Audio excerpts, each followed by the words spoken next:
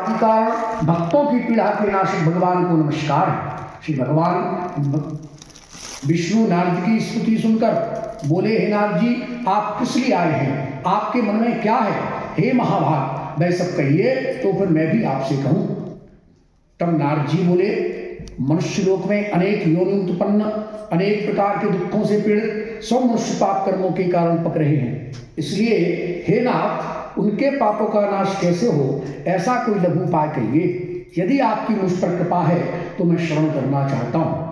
श्री भगवान बोले, हे वत्स, लोगों के अनुग्रह की इच्छा से तुमने बहुत अच्छा प्रश्न किया है, जिसके करने मात्र से मनुष्य मोहादिक दुखों से छूट जाता है, और वह मैं तुमसे कहता हूं, सुनो।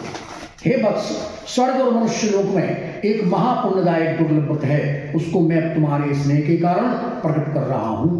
सत्यनारायण के व्रत को विधान पूर्वक ठीक तरह से करके शीघ्र ही अत्यंत सुख का भोग करके परलोक में मोक्ष पद को प्राप्त करें।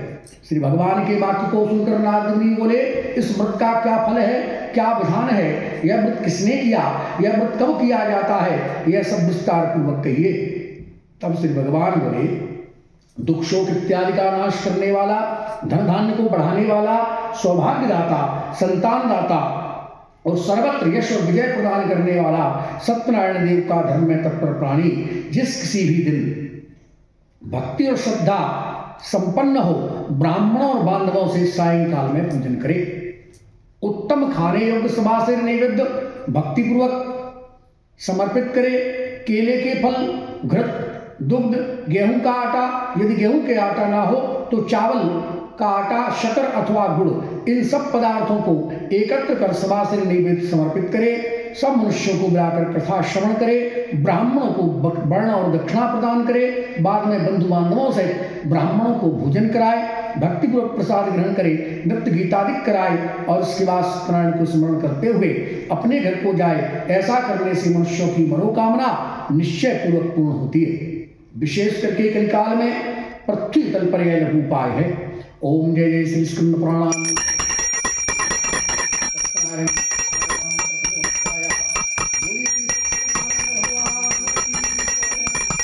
श्री सूतोवाच, अथान्य संप्रक्ष्यामि कृतं येन पुरादिज कश्चित् काशीपुरी रम्ये हयासि विप्रोति निर्धना। श्री सूत जी बोले, हे शौनकादि के शिष्यरों, हम और वर्णन करते हैं। जिनने यह व्रत पहले किया उनका वृतांत कहते हैं। अति रमणीय काशीपुरी में कोई एक अति निर्धन ब्राह्मण था। भूख प्यास से व्याकुल होकर नित्य पृथ्वी पर घूमता फिरता था। ब्राह्मणों को स्नेह करने वाले भगवान ने ब्राह्मण को दुखी देखकर वृद्ध ब्राह्मण का रूप धारण करके उस ब्राह्मण को आदर पूर्वक पूछा कि विप्र, तुम नित्य क्यों दुखी होकर पृथ्वी पर घूमते फिरते हो? वह सब हमारी सुनने की इच्छा है, अतः हे द्विश्रेष्ठ आप कहिए। तब ब्राह्मण बोला, मैं अति दरिद्र ब्राह्मण हूँ और भिक्षा के लिए पृथ्वी पर घूमता फिरता हूँ। हे प्रभु, यदि दरिद्रता को मिटाने का उपाय आप जानते हो तो कृपा करके कहिए। तब वृद्ध ब्राह्मण बोला, सत्यनारायण विष्णु भगवान मनोवांछित फल को देने वाले हैं, अतः हे विप्र, उनका व्रत और पूजन तुम करो। जिस व्रत के करने से मनुष्य समस्त दुखों से छूट जाता है, व्रत का विधान भी यत्नपूर्वक ब्राह्मण को कहकर वृद्ध ब्राह्मण रूपधारी सत्यनारायण भगवान वही अंतर्ध्यान हो गए। उसके बाद वृद्ध ब्राह्मण ने जो व्रत कहा है उसे मैं करूंगा, ऐसा विचार करके उस ब्राह्मण को रात्रि में निद्रा नहीं आई और वह ब्राह्मण प्रातः काल उठकर मैं सत्यनारायण भगवान का व्रत करूंगा ऐसा संकल्प करके भिक्षा के लिए गया। उसी दिन ब्राह्मण को भिक्षा में प्रचुर धन की प्राप्ति हुई और उसी धन से उसने बंधु बांधवों से भगवान सत्यनारायण का व्रत किया। इस व्रत के प्रभाव से वह ब्राह्मणों में श्रेष्ठ समस्त दुखों से छूट गया, उसके समस्त संपदाएं हो गई। उसी दिन से उसने प्रत्येक मास सत्यनारायण भगवान का व्रत किया। ऐसे सत्यनारायण का व्रत करके वह ब्राह्मणोत्तम समस्त पापों से छूटकर दुर्लभ मोक्ष को प्राप्त हुआ। हे विप्रो, जब इस व्रत को पृथ्वी पर कोई करेगा तभी मनुष्य के समस्त दुख नष्ट होंगे। ऐसे श्रीमन नारायण ने महात्मा नारद जी से कहा। हे ब्राह्मणों, वही मैंने आपसे कहा, और क्या कहूं? तब ऋषि बोले, हे मुने, उस ब्राह्मण से सुनकर यह व्रत पृथ्वी पर किसने किया, यह हमारी सुनने की प्रबल इच्छा है। सूत जी बोले कि हे मुनियों, जिसने अगर पृथ्वी पर किया उसको सुनो। एक दिन वह ब्राह्मण अपने धन के विस्तार से बंधु बांधवों से व्रत करने को उद्यत हुआ। उसी समय कोई लकड़ी बेचने वाला वहां आया। लकड़ी का बोझा बाहर रखकर ब्राह्मण के घर में गया और तृष्णा से पीड़ित आत्मा मैं व्रत करते हुए ब्राह्मण को देखकर प्रणाम करके ब्राह्मण से बोला कि आप यह क्या करते हैं? हे प्रभु, इसके करने से क्या फल की प्राप्ति होती है, वह मुझसे कहिए। वह ब्राह्मण बोला, सभी मनोवांछित फल को देने वाला यह सत्यनारायण भगवान का व्रत है। इनकी कृपा से ही मेरे धन धान्य आदि हैं। उनसे इस व्रत को जानकर वह लकड़ी बेचने वाला बड़ा प्रसन्न हुआ। प्रसाद पाकर जल पीकर अपने घर चला आया। सत्यनारायण देव का मन में चिंतन किया कि गांव में काष्ठ विक्रय से जो द्रव्य मिलेगा उसी से सत्यनारायण भगवान का उत्तम व्रत करूंगा। ऐसे मन में विचार करके लकड़ी का बोझा सिर पर रखकर जहां धनी लोग रहते हैं ऐसे सुंदर नगर में गया और उस दिन लकड़ी बेचने से दुगना मूल्य उसे प्राप्त हुआ। उसके बाद प्रसन्न हृदय वह सुंदर पके हुए केले के फल, शक्कर, घी, दूध, गेहूं का आटा इन सबको सभा से इकट्ठा करके अपने घर चला आया।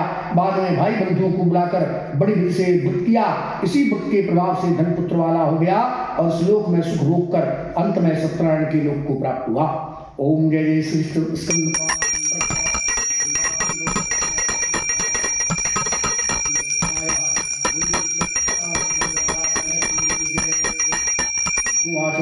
पुनरग्रे प्रवक्ष्यामि शौद्धं मुनि सत्मा राचूकामहूनां नृपश्यासी महामति।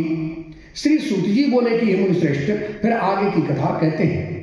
पहले एक उल्कामुख नामक बड़ा बुद्धिमान राजा था। जितेंद्रिय सत्य बोलने वाला बुद्धिमान वह प्रतिदिन देवालय में जाता और दान देकर ब्राह्मणों को प्रसन्न करता था। उसकी कमल के समान मुख वाली प्रमुग्धा साध्वी स्त्री, उन दोनों ने भद्रशिला नदी के किनारे पर भगवान सत्यनारायण का व्रत किया।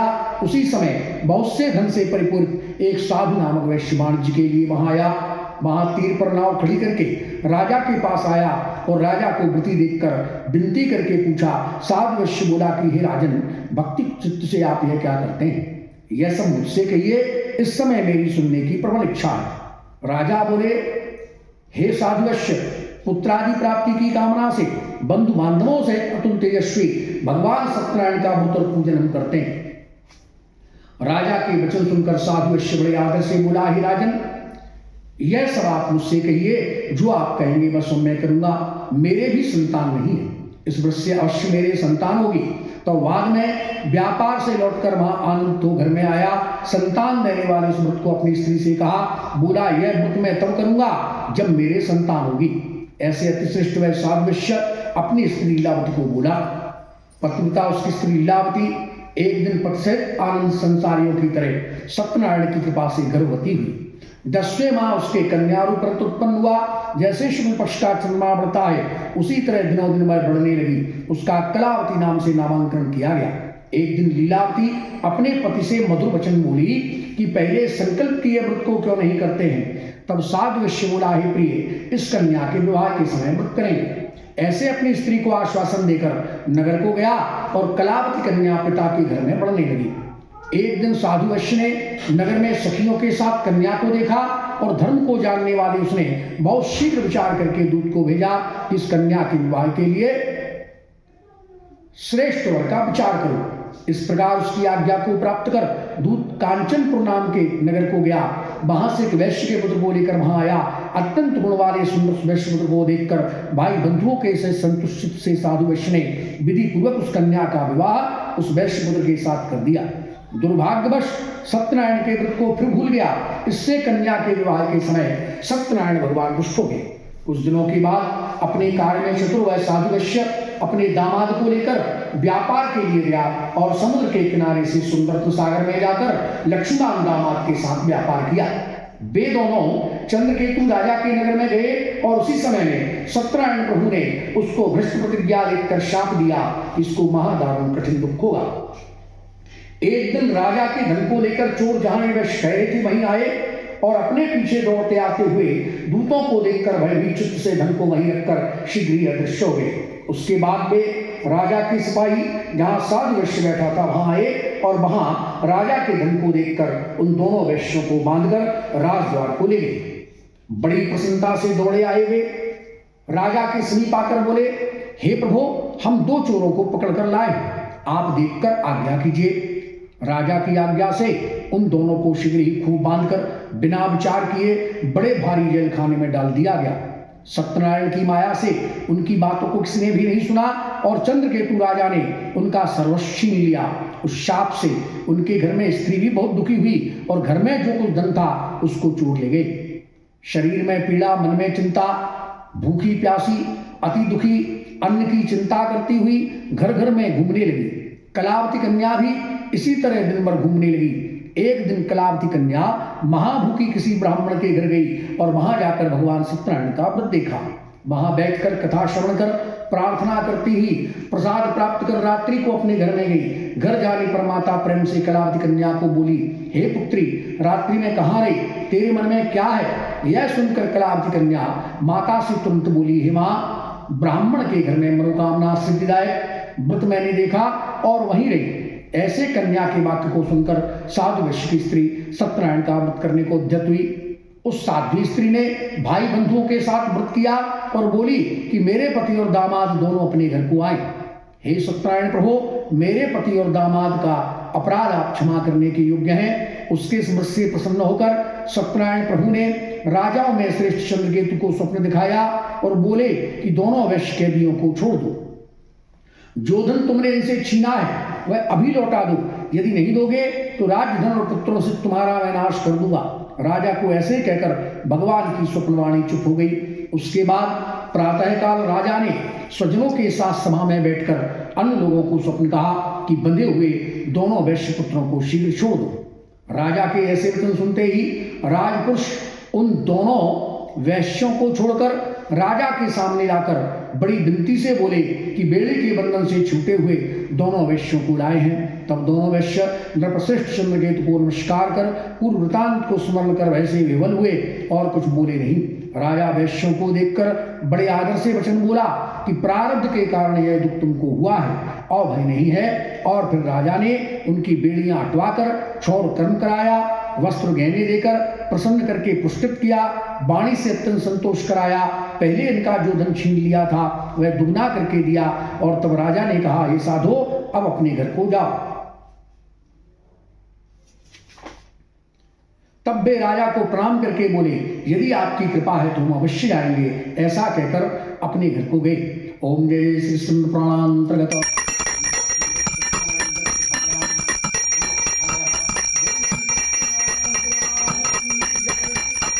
सूतोवाच यात्रां तु कृत्वान् साधु मंगलाय पूर्विकां ब्राह्मणेभ्यो दानं दत्त्वा तदा तु नगरं ययौ।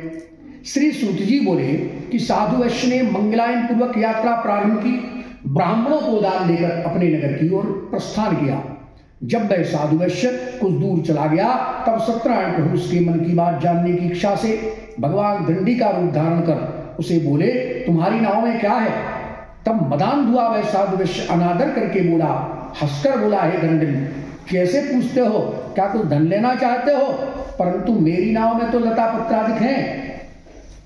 ऐसे निष्ठुर वचन सुनकर सत्यनारायण बोले, तुम्हारा वचन सत्य हो। ऐसा कहकर शीघ्र ही वह दंडी उसके पास से चला गया। समुद्र से कुछ दूर जाकर बैठ गया। जब वह दंडी चला गया तब साधु नित्य क्रिया करके अपनी नाव को बहुत हल्की उठी हुई चलती देख करके बड़ा चकित हुआ और उस नाव में लता पत्रादिक देखकर मूर्छित होकर भूमि में गिर पड़ा। थोड़ी देर में सावधान हुआ तो बहुत चिंतित हुआ। तब उसका दामाद बोला, क्यों शोक करते हो? यह शाप तो दंडी ने दिया है। वह दंडी सब कुछ करने में समर्थ हैं। आप उनकी शरण में चले तो मनोवांछित फल की प्राप्ति होगी। दामाद के ऐसे वचन सुनकर उसके पास गया और दंडी को देखकर प्रणाम करके बड़े आदर से बोला कि हे स्वामिन, मैंने जो आपके सामने कहा मेरे उस अपराध को क्षमा कीजिए। ऐसे बारंबार नमस्कार करके महाशोक से व्याकुल हुआ। उसको विलाप करता हुआ देख दंडी बोले, रो मत, मेरा वचन सुनो। तुम मेरी पूजा से विमुख हो गए हो। हे दुष्ट बुद्धे, मेरी आज्ञा के कारण तुम्हें बारंबार दुख मिला। भगवान के यह वचन सुनकर स्तुति करने लगा। साधु वैश्य बोला कि हे प्रभु, आपकी माया से मोहित हुए ब्रह्मादि देवतागण भी आपके आश्चर्यकारी रूप और गुणों को नहीं जानते। मैं मूर्ख आपकी माया से मोहित हूँ, भला फिर आपको कैसे जान सकता हूँ? आप प्रसन्न होइए, मैं यथा वैभव विस्तार से आपकी पूजा करूंगा। पहले जैसा धन था वैसा ही कीजिए। मैं आपकी शरण में आया हूँ, मेरी रक्षा करिए। ऐसे भक्तियुक्त बात सुनकर जनार्दन बहुत प्रसन्न हुए और उसको वांछित वर देकर श्री विष्णु वहीं अंतर्ध्यान हो गए। उसके बाद मैं वित्त से भरी नाव को देखकर उस पर सवार हुआ और सत्यनारायण कृपा से मेरा मन सफल हुआ। ऐसे कहकर सुजनों से साधुवश्य विधि पूर्वक सत्यनारायण की पूजन करके बहुत प्रसन्न हुआ और सत्यनारायण की कृपा से बड़े यत्न से नाव को चलाने योग्य करके अपने देश को गया। साधुवश्य अपने दामाद से बोला कि मेरी रत्नपुरी को देखो और अपने धन की रक्षा करने वाले दूत को नगर में भेजा। वह दूत नगर में जाकर साधु की स्त्री को देखकर हाथ जोड़ करके उस समय वांछित वाक्य बोला कि नगर के निकट लक्ष्मण साधुवश्य अपने दामाद बहुत द्रव्य और बंधु वर्ग सहित आए हैं। दूत के मुख से यह वचन सुनकर अत्यंत प्रसन्न हुई। वह सत्यनारायण की पूजन करके अपनी पुत्री से बोली, पुत्री जल्दी आओ, मैं तुम्हारे पिता को देखने के लिए जाती हूँ।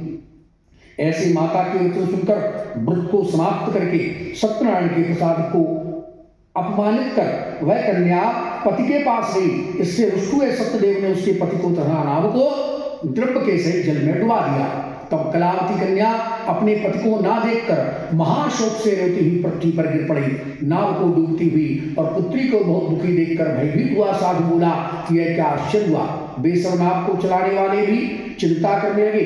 तब वह लीलावती भी कन्या को देखकर बहुत विवल हुई, अति दुख से विलाप करने लगी और अपने पति से बोली, इस समय नाव सहित दामाद कैसे अलक्षित हो गया, न जाने किस देवता की लीला से नाव हरण कर ली गई, सत्यदेव के महात्म को कौन जान सकता है। ऐसा कहकर सुजनों सहित विलाप करने लगी। पुत्री को गोद में लेकर रोने लगी। कलावती कन्या स्वामी के नष्ट होने से दुखित हुई, उसकी खड़ाऊं लेकर मरने की इच्छा की। कन्या के चरित्र को देखकर स्त्री से साधुवश्य धर्म को जानने वाला अतिशोक से व्याकुल होकर चिंता करने लगा कि सत्यदेव ने नाम का हरण कर लिया। सत्यदेव की माया से मोहित हो गया हूँ, यथा वैभव विस्तार से भगवान सत्यनारायण की पूजन करूंगा, ऐसा सबको बुलाकर अपना मनोरथ कहा। बारंबार नमस्कार करने से दीनों का पालन करने वाले श्री सत्यदेव प्रसन्न हो गए। भक्तवत्सल कृपा करके यह वचन बोले कि हमारे प्रसाद का अपमान कर तुम्हारी कन्या पति को देखने के लिए आई, इस कारण से तुम्हारी कन्या का पति अदृश्य हो गया। यदि वह घर जाकर प्रसाद ग्रहण कर आए तो हे साधु, निश्चय ही इसका पति इसको मिलेगा। तब उस कन्या ने आकाश से ऐसी वाणी सुनकर तत्काल ही घर जाकर प्रसाद पाया और फिर वापस आकर अपने सज्जन पति के दर्शन किए। तब कलावती कन्या अपने पिता से बोली, अब घर को चलिए, विलंब क्यों कर रहे हैं। कन्या के यह वचन सुनकर वैश्य साधु प्रसन्न हुआ और विधि विधान से सत्यनारायण का पूजन करके भाई बंधु द्रव्य सहित अपने घर को गया और उसने पूर्णमासी और संक्रांति को सत्यनारायण भगवान का पूजन किया। इस लोक में सुख भोग कर अवैष्णवों के लिए अप्राप्त माया तीनों गुणों से रहित सत्यनारायण के श्री वैकुंठ लोक को गया। ओम जय श्री कृष्ण प्राण।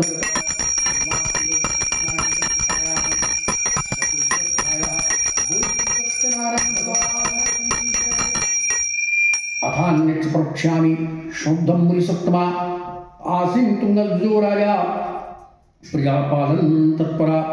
श्री सूत जी बोले, हे श्रेष्ठ मुनियों सुनो, और आगे की कथा कहते हैं। प्रजापालन में तत्पर एक तुंगध्वज नाम का राजा था।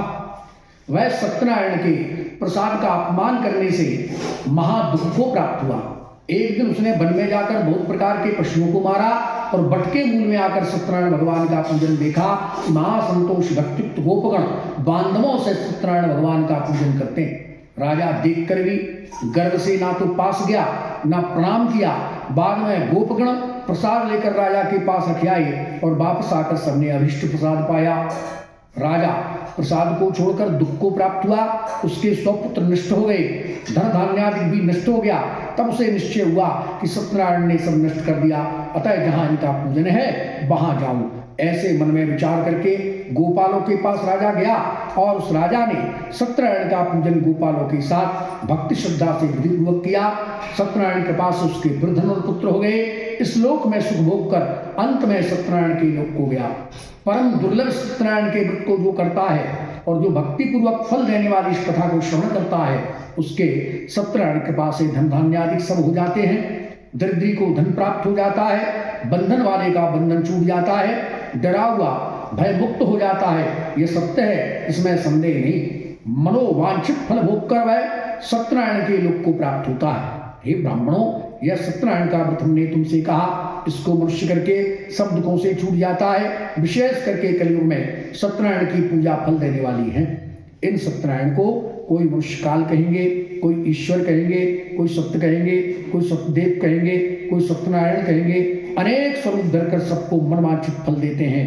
कलयुग में सत्यरूपी सनातन सत्यनारायण होंगे और सबको मनवांछित फल देने के लिए श्री विष्णु ने यह सत्यनारायण का रूप धारण किया। हे मुनियोत्तमो, जो इसको पढ़े, जो नित्य सुने, सत्यनारायण कृपा से उसके समस्त पाप नष्ट हो जाते हैं। हे मुनीश्वरों, श्री सत्यनारायण का व्रत जिन्होंने पहले किया, उनके पिछले जो जन्म है उनको कहते हैं।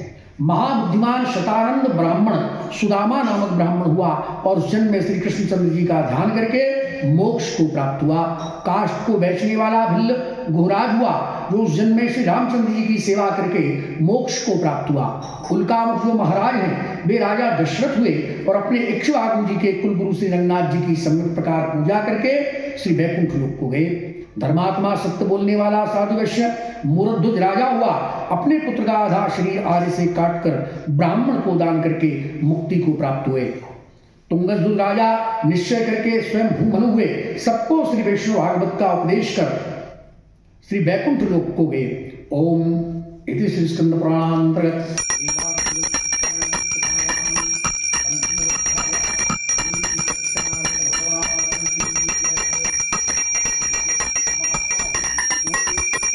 क्षमतां देवा प्रसीद परमेश्वरा।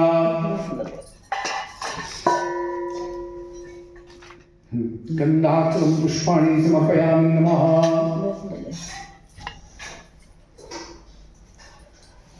बेसन अंदर मंगा लो।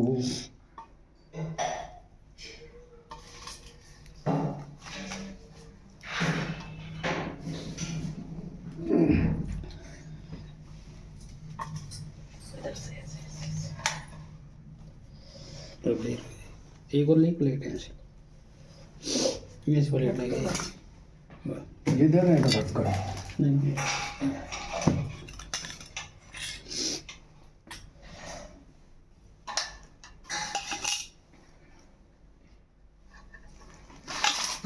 तिलक लगा दो और बड़ी नहीं करी, इसमें से लगा दो, तो हाथ मत दो ना उसमें, हाँ वो लगा दो। ओम सर्वस्वरूपे सर्वसे सर्वशक्ति सनदेव हव्यस्त्राय नमो देवी दुर्गे देवी नमोस्तुते दक्षिणाभ्यो। नहीं अग्नि पूजनम, चारों तरफ पूजन करिए। ब्रह्मा विष्णु महेश आदि की टेढ़ा हाँ। ओम विष्णु मेखलाय नमः गंधाक्षरं पुष्पाणि धर्मा। ब्रह्म मेखलाय नमः गंधाक्षरं पुष्पाणि समर्पयामि नमः। चारों तरफ करिए। ओम रुद्र मेखलाय नमः गंधाक्षरं पुष्पाणि समर्पयामि। गौर्यै नमः योन्यै नमः कंठाय नमः नाभ्यै नमः गंधाक्षरं पुष्पाणि समर्पयामि नमः। अग्नये अग्निपूजनम्। अग्नये वैश्वावशाण्डिगोत्र त्रिपर्वरमेशद्वया प्राणमुखो मम सम्मुखो भव गंधाक्षरं पुष्पाणि समर्पयामि नमः। समीधा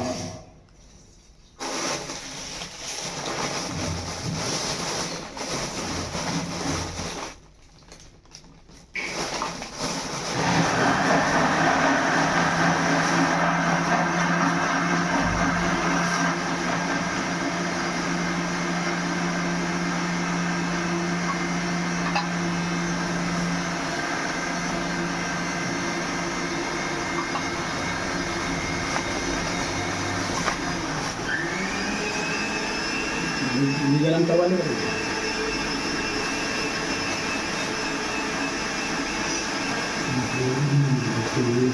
गोपाल